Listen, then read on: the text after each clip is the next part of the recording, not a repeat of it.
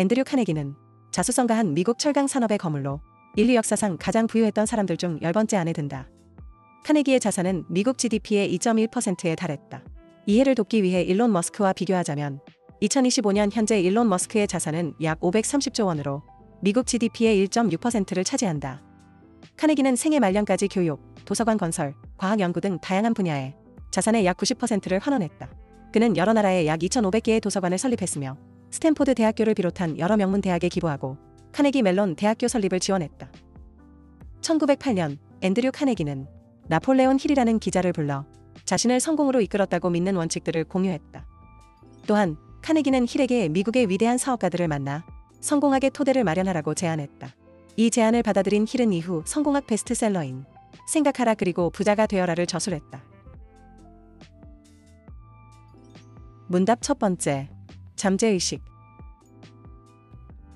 잠재의식의 존재를 의심하는 사람들이 있습니다. 잠재의식이 존재한다는 확실한 증거가 있습니까? 잠재의식의 존재 여부를 따지는 것은 전기의 존재 여부를 따지는 것과 다를 바 없어요. 자, 나는 전기가 무엇인지, 전기가 어디서 발생하는지 알아내기 위해 애쓰지는 않겠지만 도움이 된다면 언제 어디서든 전기를 계속 쓸 겁니다. 잠재의식 역시 마찬가지입니다. 나는 잠재의식이 뇌의 어느 부분에 속해 있는지 또는 무엇이 잠재의식의 작용을 초래하는지 알지 못하지만 예전부터 그래왔듯이 내 계획과 욕구를 그만큼의 물질적인 것으로 변환하는 수단으로 잠재의식을 계속 사용할 것이라는 건 압니다. 마음의 잠재의식 부분을 통해 이용 가능한 힘은 무형의 힘이에요. 콕 집어서 정의할 수 없을 뿐 아니라 그 힘이 어디서 시작되는지 아무도 설명할 수 없습니다. 하지만 잠재의식이 인간이면 누구나 사용 가능한 위대한 힘의 원천이라는 사실에는 변함이 없습니다.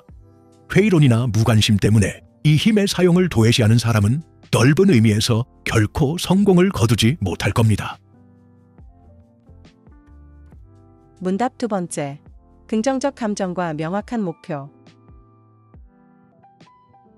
정신적, 물질적으로 수준이 낮은 사람들, 즉 부정적인 감정에 놓여 있는 사람들에게 둘러싸여 있으면 그 사람 역시 수준이 낮아지나요? 잘 보셨어요. 잠재의식적 마음은 감정의 지배적인 영향을 따르죠. 잠재의식은 가장 강한 감정, 마음을 차지하는 시간이 가장 많은 감정의 영향을 받아 행동합니다. 그러니까 왜 우리가 반드시 긍정적인 감정을 개발하고 통제해야 하는지 아시겠죠? 잠재의식적 마음은 긍정적인 감정이 내린 명령만큼이나 부정적인 감정이 내린 명령도 신속하게 처리할 테니까요. 잠재의식적 마음은 명령의 주체를 구분하려 하지 않습니다. 그러면 자꾸 자신의 가난한 상태에 대해 생각하거나 부정적인 말을 하는 사람은 말 그대로 자신을 가난에 빠뜨린다고도 할 수 있겠네요? 정확하게 그렇게 됩니다. 또 하나, 엄격한 자기 절제 시스템을 통해 마음을 체계화하고 명확한 목표를 향해 방향을 설정하지 못하면 마음의 문이 열린 상태에서 환경의 영향력이 침투하게 되죠.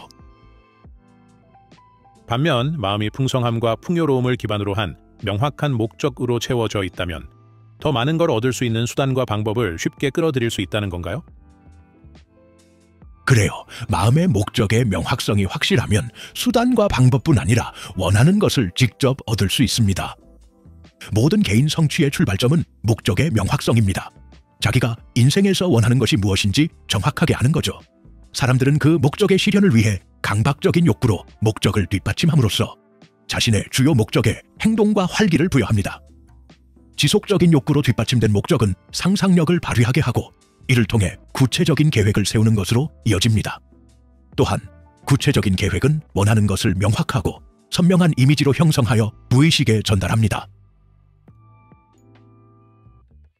문답 세 번째. 빈곤과 자선사업.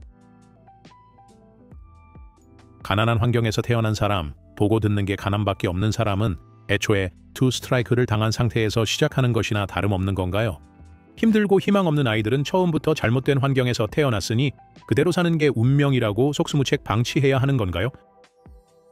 이제 내가 당신에게 성공 철학을 정리하고 체계화해달라고 부탁하면서 마음속에 품고 있던 생각의 중심에 가까워지고 있군요. 내가 그동안 모은 돈을 나눠주고 있지만 그게 당신이 언급한 문제에 어떤 해결책이 되지는 않습니다. 사람들은 돈이라는 선물이 아니라 지식이라는 선물이 필요합니다. 빈곤은 마음 상태, 습관이라는 사실을 반드시 기억하세요. 물질적인 도움으로는 그 누구도 빈곤에서 구할 수 없습니다. 빈곤을 바꿀 수 있는 출발점은 개인의 마음이고 각 개인에게 자신의 마음을 사용하도록 장려하는 방법으로 시작하는 겁니다. 창의적이 되도록 자기가 원하는 것에 대한 대가로 유용한 서비스를 제공하도록 격려하고 용기를 북돋는 것이죠. 내가 당신을 통해 미국인들에게 선사하고 싶은 선물도 바로 그런 선물입니다. 자선이나 구호 활동이 좋다는 걸 믿지 않는다는 말씀인가요? 물론 좋다고 믿습니다. 하지만 가장 건강한 형태의 자선 활동은 사람들이 스스로를 돕도록 도와주는 것임을 간과하지 마세요. 그런 도움은 사람들이 자신의 마음을 체계화할 수 있도록 돕는 일부터 시작합니다. 모든 정상적인 마음 안에는 성공의 씨앗과 실패의 씨앗 두 개가 다 있습니다. 제가 생각하는 자선 활동은 성공의 성장을 장려하고 실패의 성장을 억제하는 시스템이라 할 수 있습니다. 나는 개인에게 물질적인 도움을 주는 행동은 그 개인이 신체적 또는 정신적 결함 때문에 스스로를 도울 능력이 없을 때만 유효하다고 믿습니다. 하지만 신체적 결함이 있는 사람도 마음을 사용하도록 용기를 주고 격려하면 능력을 갖출 수 있습니다. 나는 자선 활동에 도움을 받을 자격이 충분할 정도로 육체적 고통을 겪는 사람을 많이 알고 있습니다. 하지만 그 사람들은 자신의 마음을 사용해서 생계를 꾸려가는 방법을 찾았기 때문에 그런 도움을 거절합니다. 그렇게 해서 다른 사람의 도움을 받아들이는 자기 비하에서 벗어나는 거죠. 하지만 스스로를 부양할 수 없는 가난한 사람이나 노인을 구호하는 구빈원 같은 복지시설은 괜찮게 보는 거죠? 단연코 괜찮다고 보지 않습니다. 구빈원 같은 단어 자체가 열등감을 생성하기 때문이에요. 하지만 노인이나 가난한 사람을 위한 보상 시스템은 좋다고 생각해요. 어떤 형태로든 정신적 활동을 제공하는 시스템이어야 합니다. 다른 게 정 힘들면 독서 활동만이라도. 가장 나쁜 방식이 개인으로부터 정신적 양식을 빼앗고 영원히 나태 속에서 살아가도록 하는 겁니다. 나는 은퇴한다는 사람 얘기를 들으면 늘 안 됐다는 생각이 듭니다. 사람은 생각할 수 있는 마음이 있는 한 나태해지면 안 되도록 만들어졌거든요. 나태한 사람치고 행복하다는 사람은 없습니다. 신체와 마찬가지로 마음의 힘도 사용하면 발달합니다. 은퇴하고 일을 그만둔 사람을 보세요. 사용하지 않으면 곧 녹슨다는 점에서 마음은 기계와 같은 겁니다. 어떤 사람이 매일 어떤 식으로 마음의 양식을 쌓는지 보면 그 사람이 여생을 어떤 식으로 살지 말해줄 수 있어요. 자선 사업을 하면서 시간을 허비하지 마십시오.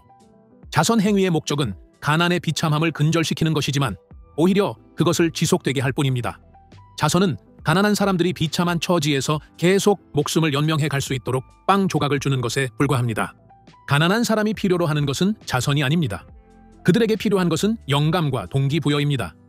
자선은 가난한 사람들에게 여흥거리를 제공함으로써 잠시 가난을 잊게 만들어줄 뿐입니다. 그러나 영감은 가난한 사람들에게 그 비참한 현실을 딛고 일어날 수 있게 해줍니다. 가난한 사람들을 돕고 싶은가요? 그렇다면 그들도 부자가 될 수 있다는 사실을 그들에게 보여주십시오. 당신이 부자가 됨으로써 그것을 증명해 보십시오. 가난을 제거하는 방법은 가난과 궁핍의 이미지를 당신의 마음속에 들여놓는 것이 아니라 가난한 사람들의 마음속에 부의 이미지를 들여놓는 것입니다. 새빵살이를 하는 사람들의 비참한 처지나 아동노동의 끔찍함 등에 대한 이야기들을 들려주는 책이나 잡지를 읽지 마십시오. 당신의 마음을 궁핍하고 고통받는 음울한 이미지로 채워주는 것은 어떤 것도 읽지 마십시오. 그런 것들에 대해 안다고 해서 가난한 사람들을 도와줄 수는 없습니다. 그런 것들에 대해 폭넓은 지식을 갖고 있다고 해서 가난을 제거하는 데 아무런 도움도 주지 못합니다.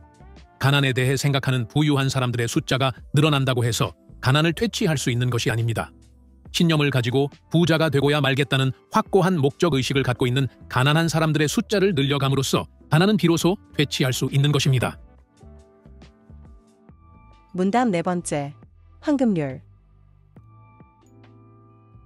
사회생활을 하면서 이룬 최고의 업적은 무엇이라고 생각합니까? 당신의 재산도 언급할 가치가 있는 성취 중 하나인가요? 나는 개인적인 부의 축적 자체를 성취라고 여기지 않습니다.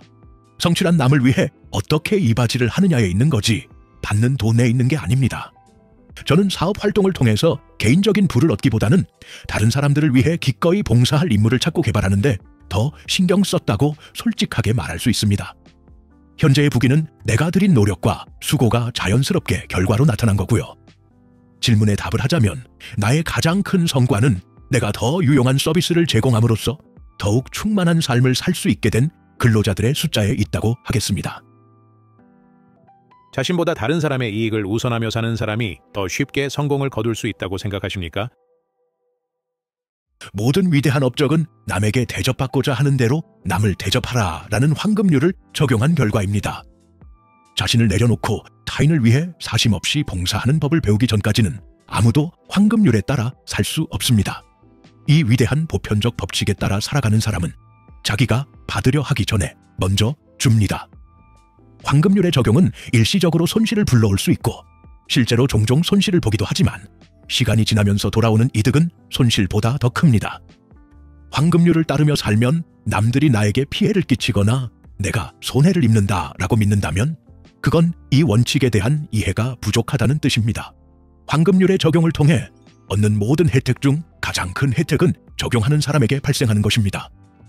나도 사업을 하면서 혼자 높은 자리로 올라가려고 애쓰는 사람이 먼저 실패하는 것을 목격했습니다. 자신의 약점 때문에 곧 실패의 나락으로 떨어졌어요. 다른 사람을 돕는 행동이 많으면 많을수록 자기도 얻는 게 많아진다는 사실을 알게 됐죠. 문답 5번째. 패배와 믿음. 스스로 마음속에 설정한 한계를 제외하면 정신적 능력에는 한계가 없다고 말씀하셨습니다. 패배는 올바른 마음 자세로 받아들이면 소중한 자산으로 바꿀 수 있다고도 설명해 주셨고요. 그렇다면 올바른 마음 자세란 무엇인지 설명해 주시겠어요? 올바른 마음 자세란 패배를 일시적인 현상 이상의 것으로 받아들이기를 거부하는 태도라고 하겠습니다.